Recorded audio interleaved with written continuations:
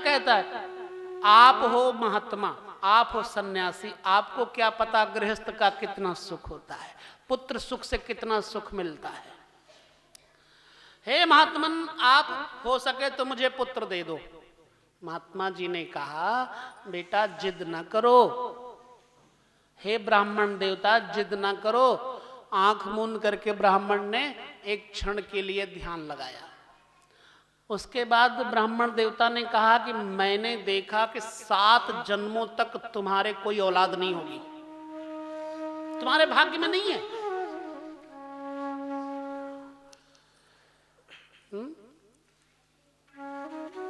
अब तो और रोने लग गए। आत्मदेव ने कहा, नहीं महाराज, मुझे तो पुत्र चाहिए। आपके दर्शन हो जाने के बाद मुझे कोई चिंता नहीं, मुझे कोई शंका नहीं, आप चाहेंगे तो दे देंगे। एक बात और कहता हूं महात्माओं से, कभी धन संपत्ति की सलाह न करो, केवल नाम जप की सलाह करो। महात्मा जी ने कहा, ब्राह्मण देवता इस प्रकार से हठ न करो। ब्राह्मण ने कहा, मैं अभी आपके सामने तालाब में कूद के अपनी जान दे दूंगा, प्राण दे दूंगा, या तो मुझे पुत्र दो। महात्मा ने कहा, ठीक है। एक फल उठाया और फल उठा करके दे दिया, ले जाओ इसको, इस फल को अपनी पत्नी को खिला देना। ठीक है। वो फल लेकर के आत्मदेव ब्राह्मण बड़े प्रसन्न मुद्रा में आए घर, और घर आकर के ब्राह्मणी को दिया। धुंधली से कहा, ये फल खा लेना। धुंधली ने कहा, कहां गए थे? हम कहीं भी गए थे। नहीं, गए कहां थे तुम? सुबह से गायब कहां थे? गाय को चारा नहीं दिया गया, घर में कोई देखभाल करने वाला नहीं, तुम गए कहां थे? आजकल तुम्हारा दिमाग कुछ उड़ा हुआ है। ब्राह्मण देवता बड़े प्रसन्न थे, इसलिए उन्होंने कहा, कौन झगड़ा करे। कहा, देवी मैं गाय को चारा दे आता हूं, शोर मत करो और आनंद से फल खा लो। कहा, इसके खाने से क्या होगा? कहा, फल खाने से तुम पुत्रवती हो जाओगी और मैं पिता बन जाऊंगा। धुंधली, फल खाने से पुत्रवती हो जाऊंगे। अच्छा, लड़ाई तो कर लिया, चले गए आत्मदेव ब्राह्मण। धुंधली ने सोचा, हो सकता है फल खाने से गर्भवती हो ही जाऊं। सुना है कि जब गर्भ होता है तो पेट निकल आता है, पेट बड़ा हो जाता है, पैर भारी हो जाते हैं, शरीर निश्चेष्ट होने लगता है, फिर बाद में प्रसव की पीड़ा बहुत होती है।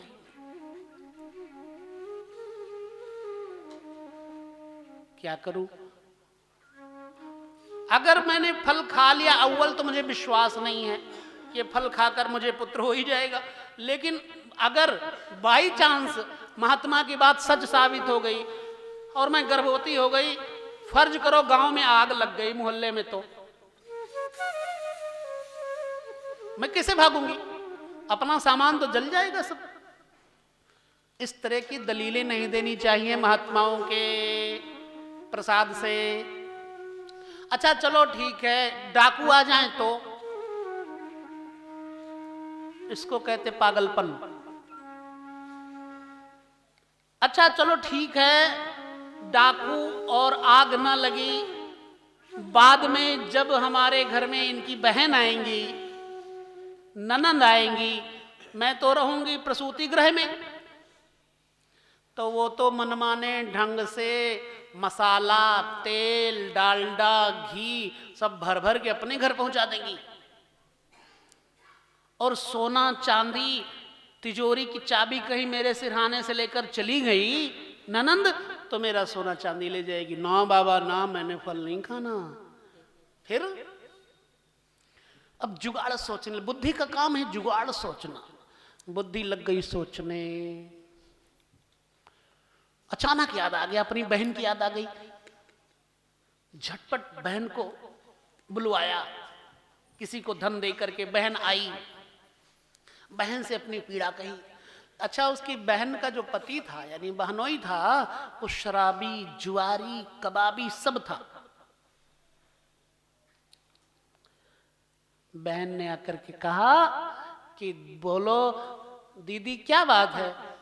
दीदी ने कहा बहना मुझे ना बड़े धर्म संकट में डाल दिया है। आज एक बाबा ने फल दे दिया इनको, पता नहीं कहाँ कहाँ घूमते रहते हैं, और बाबे ने फल दे दिया है और ये फल लेकर घर में आए। अगर कल को मैं खा लूँ और गर्भवती हो जाऊं तो मुश्किल आएगी, सारी पीड़ा बताई। नन तो बहन ने कहा जब इतना डर है तो तुम फल खाओ ही ना, तुम फल उठा करके गाय को खिला दो। कहा गाय को खिला दूं, लेकिन ये पूछेंगे बाद में हमारे स्वामी जी, तो क्या बताऊंगे मैंने फल नहीं खाया। तो कहा कि फिर ऐसा करो, तुम गाय को दे दो और जिस कारण से तुमने फल खाना वो कारण का निवारण मेरे पास है। मुझे आज 2-4 दिन चढ़े हैं, मैं गर्भवती हूं, मैं आपको वो बच्चा दे दूंगी, बदले में मेरे पति देव कुछ धन के लिए मान जाएंगे, उनको कुछ पैसा दे देना, 1000-2000 मुद्राएं दे देना। ये बात तो धुंधली को जच गई। उसने उठाया एक सोने की असरफियों की मतलब थैली, बहन को दे दिया। कहा आज से हमारा तुम्हारा डन, सौदा पक्का। बोले न वृंदावन बिहारी लाल की। तो बहन के होने वाले संतान को ये सोच करके कि मुझे पीड़ा भी नहीं सहनी पड़ेगी और बच्चा फ्री में मिल जाएगा, गाय को फल दे दिया, गाय हो गई गर्भवती। कथा सब जानते हैं, लेकिन एक कथा का फल है, भागवत का फल ही है ये कथा, इसलिए सुनना बहुत जरूरी है। गाय गर्भवती हो गई। इधर इन्होंने धुंधली ने कहा कि मैं भी गर्भवती हो गई। अब महाराज जी के तो पूछो ही ना, खुशियों का ठिकाना नहीं रहा। आत्मदेव ब्राह्मण बड़े हर्षित होकर के सब काम जो सुस्ती से करते थे मस्ती में कर रहे हैं। गाय की सेवा, दरवाजे की झाड़ू सफाई, अरे बड़ा काम। वृक्षों में संत कृपा से वृक्षों में जो फल लगते थे वो फल सड़ जाते थे, अब वो फल भी लगने लग गए। फूलों की क्यारी लहलहा उठी। आत्मदेव ब्राह्मण को मानो सारा सुख मिल गया। बाहर तो सुख ही सुख है, अंदर आने पर भले ही दुख हो। बाहर गौ माता है, ब्राह्मण का फल है, एक संत का फल है। अंदर कलह कारिणी स्त्री, दुर्बुद्धि, धुंधली, बड़े नखरे। अब मैं ना खाना वाना नहीं बना सकती, अब मुझे आराम करना, रेस्ट करना, बेड रेस्ट चाहिए। आजकल की माताओं बहनों के लिए बड़ी सूचना जरूरी। आजकल डॉक्टर लोग पेट फाड़ के बाहर निकाल के बच्चा दे देते, ले जाओ। उस बच्चे में कोई तालीम नहीं आ पाती, उसमें कोई अपने माँ बाप के प्रति इतना बड़ा रुआब नहीं आ पाता। ऐसे बच्चे तो क्या करे, पेट न फाड़े। सीधा सा रास्ता है कि थोड़ा मेहनत करो, बेड रेस्ट ना करो। पहले के जमाने में 100 बच्चे होते थे, 15-15 बच्चे होते थे, कोई पेट, और फिर भी ठीक। अब तो एक आधे होते तो ये बुरा हाल कर देते। डॉक्टर भी अपना पैसा कमाते हैं। गाय का मूत्र पिया करो, बुद्धि शुद्ध रहेगी, पक्की बात है। गाय का दूध पिया करो, मिले कहां से? कुत्ते पाले घर में, गाय नहीं पाल सकते? पालो। गाय का गोबर सड़कों पे होता तो कितना बढ़िया होता। सड़कों पे निकलो, गलियों में निकलो तो फिर छीछा लेदर है, मतलब गंदगी है। जैसा लीपा पोती होती है ना, निकलना दूभर है, निकलना दूभर है। ऐसे ऐसे गोल गोल कुत्ते के मुंह होते हैं। कोई निंदा नहीं कुत्तों की। एक लंबे वाला मुंह वाला कुत्ता, एक गोल गोल मुंह वाला कुत्ता, एक बड़े बड़े बालों वाला कुत्ता, एक कितने बड़े वाला कुत्ता।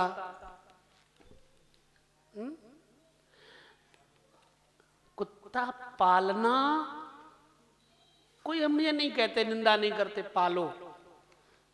कुत्ते में चंडाल का वास है, लेकिन कुत्ते के पीछे पागल मत बनो, कुत्ते को अपनी थाली में भोजन ना खिलाओ। याद रखिएगा उन, वैसे तो यहाँ कोई इतने हैं नहीं, लेकिन फिर भी बताता हूं कि बालक यदि 12 वर्ष तक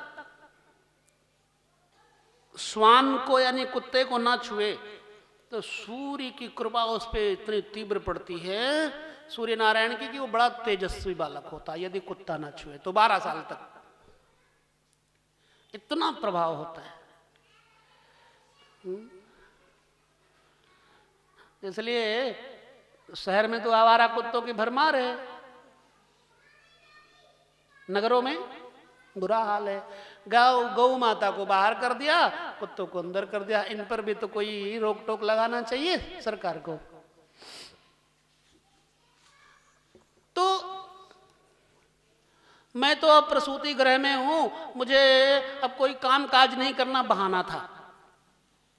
बहन को बुला ली और बहन से सारा काम काज करवाना है।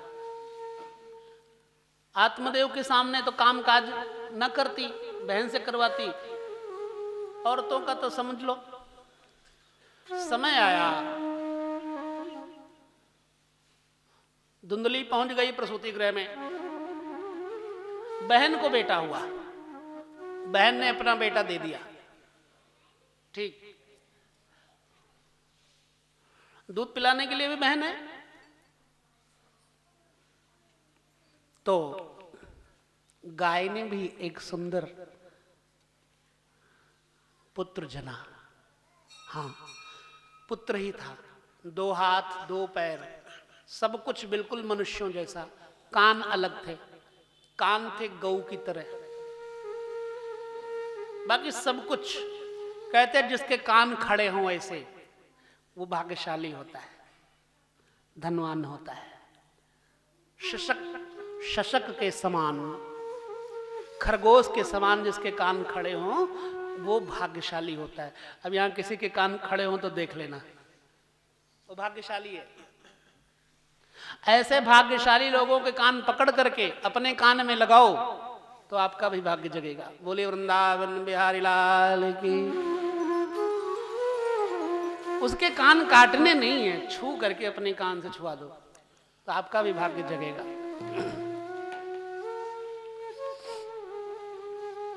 नामकरण किया गया। नामकरण के लिए ब्राह्मण, आत्मदेव सबसे विद्वान थे। धुंधली ने कहा कि नामकरण आज तक तुम दुनिया भर का करते आए हो, लेकिन मैं अपने बच्चे का नामकरण करूंगी। ब्राह्मण आत्मदेव ने कहा कोई बुरा नहीं, तुम ही नाम रख लो, हमको तो ऐसे बड़ी खुशी है, हमारे घर में पुत्र तो हुआ। नामकरण क्या किया? धुंधली ने अपने बच्चे का नाम रखा धुंधकारी। क्यों? धुंधली कहती है मेरे नाम से अक्षर जुड़ा होना चाहिए। धुंधकारी, मेरा नाम धुंधली है तो ये धुंधकारी। धुंधकारी का मतलब क्या है आप लोग जान सकते हो? धुंध माने आंधी और कारी माने काली, काली आंधी, धुंधकारी नाम रख दिया, धुंधकारी। और जब वो खिलाए गोद में, मेरा धुंधकारी, मेरा धुंधकारी, चुप कर बेटा धुंधकारी। गाय के जो पुत्र हुआ उसका नाम स्वयं आत्मदेव ब्राह्मण ने किया, नाम रखा गोकर्ण। बोले वृंदावन बिहारी लाल की। एक संत के नामकरण पर जयकार तो होना ही चाहिए। गोकर्ण नाम रखा, और गोकर्ण क्या निकले? बड़े विद्वान, वेदों की पारंगत, क्योंकि ये महात्मा का दिया हुआ प्रसाद कभी व्यर्थ नहीं होता। महात्मा का दिया हुआ प्रसाद, महात्मा का दिया हुआ ज्ञान व्यर्थ नहीं होता। महात्माओं का जूठन खाया हुआ कभी व्यर्थ नहीं होता। महात्माओं का खाया हुआ जूठन कहीं प्रसाद मिल जाए तो व्यर्थ नहीं होता। तो उन वेदज्ञ ब्राह्मण के गोकर्ण बड़े विद्वान और धुंधकारी बचपन से ही शैतान। कल यहां पर भी एक दो धुंधकारी जैसे वो देखे गए थे। आज तो ठीक है माहौल, बोले वृंदावन बिहारी लाल की। उन माताओं से, उन बहनों से निवेदन है कि बचपन में ही बच्चे को शिक्षा दी जाए शांत रहने की।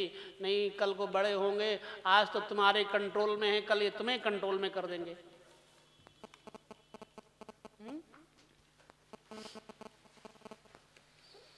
हरि ओम। बचपन से लेकर के धुंधकारी क्या करता जानते हो? जब कंचे, गोली, बंटे जिसको बोलते, जब खेलता ना तो शर्त लगाता कि मैं जीतूंगा तो 2 रुपया तुमको देना है। शर्त लगा लगा करके खेलना शुरू कर दिया। गुल्ली डंडा, मजा आता उसको किसी का बर्तन फोड़ आए। यहां तक लिखा है एक जगह पर हमने कथा सुनी कि मिट्टी के मटके, बर्तन होते थे पानी लाने के लिए, वो मटके फोड़ आता था। तो सबने आकर के उस ग्राम, उस नगर वासियों ने आकर के सबने शिकायत की आत्मदेव ब्राह्मण से कि आपका लड़का धुंधकारी हमारे बर्तन फोड़ देता है। तो आत्मदेव ब्राह्मण ने क्या किया? बर्तन बनवा दे लोहे के, घड़े लोहे के बनवा दिए। तो वो इतना शरारती कि उसने एक लुहार के पास जाकर के लोहे के तीर बनवा लिए। धुंधकारी ने लोहे के तीर बनवा लिए कि अब तो फोड़ेंगे ही फोड़ेंगे, कुछ भी हो जाए। पहले मिट्टी के थे, इन्होंने शिकायत क्यों की मेरे बाप से। बर्तन तोड़ने के बाद फिर स्कूल में नाम लिखाया गया। इधर गोकर्ण रोज त्रिकाल संध्या करते, सुबह दोपहर शाम संध्या करते, अर्चन करते, पूजा करते, सूर्य अघमर्षण करते। उगते हुए सूर्य के दर्शन करना जरूरी होता है। दर्शन करके सो जाओ चलेगा, हम कई बार कहते हैं। उगते हुए सूर्य के दर्शन करने से बुद्धि उग जाती है, उनमें से कोपले निकलती हैं बुद्धि में। मात्र कहानी सुन लो, क्या फर्क पड़ता है? कुछ तो जीवन में आचरण भी आना चाहिए। गोकर्ण सुबह और शाम दोपहर तीनों संध्याएं करते, वेद पढ़ते, पुराण पढ़ते, शास्त्र पढ़ते।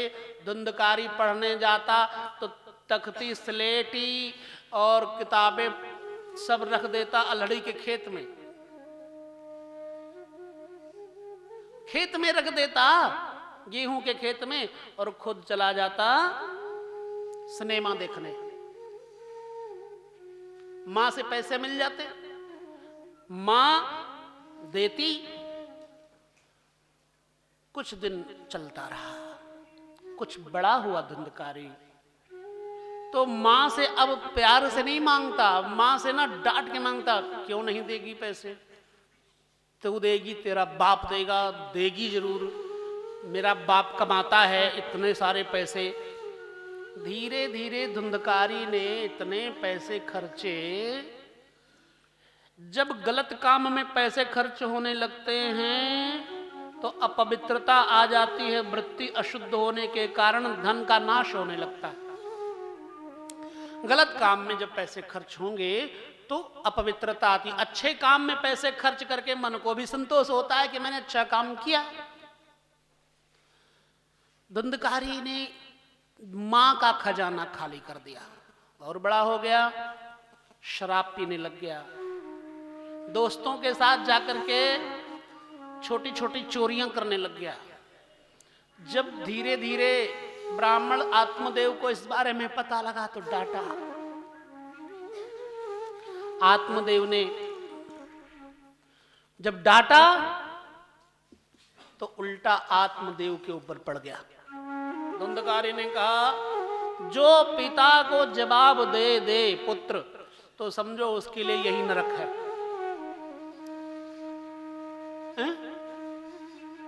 जिस पिता ने अपना नाम, अपनी कीर्ति, अपना कुल सब कुछ पुत्र को दे दिया, तो बाकी क्या रह गया? पुत्र को अपने ऐसे पिता को मानना चाहिए जिसने साक्षात मांगने पर 10 मांगा तो 100 मांगा तो 500 मांगा तो दिया। विष्णु भगवान की पूजा करने से वो फल नहीं मिलेगा जितना कि पिता की पूजा करने से मिलेगा। पिता के चरण बंदन करने से साक्षात आशीर्वाद मिलेगा। भगवान विष्णु के समान ही पिता की अवस्था बताई गई है।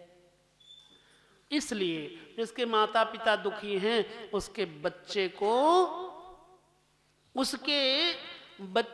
को दुर्बुद्धि के अलावा सद्बुद्धि नहीं मिल सकती।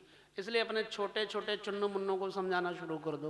वृंदावन बिहारी लाल की जय जय श्री राधे, जय जय श्री राधे, जय जय श्री राधे। स्नान शौच क्रियाहीनो, कहते स्नान नहीं करता था वो। स्नान शौच क्रियाहीनो, नहाता नहीं था, कुल्ला मंजन नहीं करता था, बिना मंजन किए चाय पी लेता था। ये सब धुंधकारी के लक्षण हैं।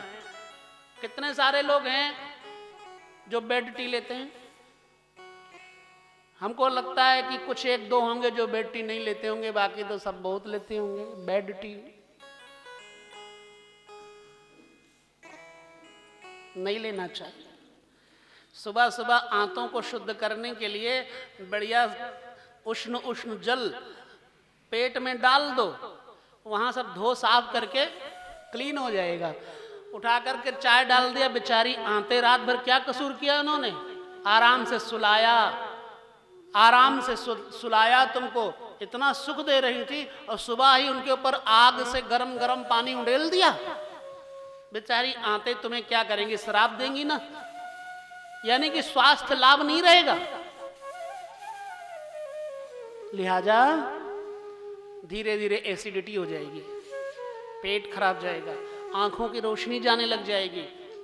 मौसम बदलते टाइम नहीं लगता। 4 दिन की जवानी, मैं तो कहता हूं जिंदगी 2 दिन की, कल और आज। जो कल आएगा वो भी आज बन के आएगा, परसों तो होना ही नहीं जी। मैं तो कहता हूं सिर्फ आज ही जिंदगी है, इसको जी लो। मान लो कल सुबह आएगी तो आप क्या बोलोगे? आज। फिर कल को क्या बोलोगे? कल। कल आएगा नहीं होगा, आज ही आएगा कल। इसलिए आज में अपनी जिंदगी को सुधार लो तो खान पान का शोधन रखें। स्नान शौच क्रियाहीनो, दुर्भक्षी क्रोधवर्धिता। गरम गरम पकौड़े बाहर दुकानदार सुनेंगे तो गाली भी देंगे हमको। जो चाइनीज फूड फास्ट होता ना, जो इतने इतने केचुए की तरह होते, पतले पतले नूडल,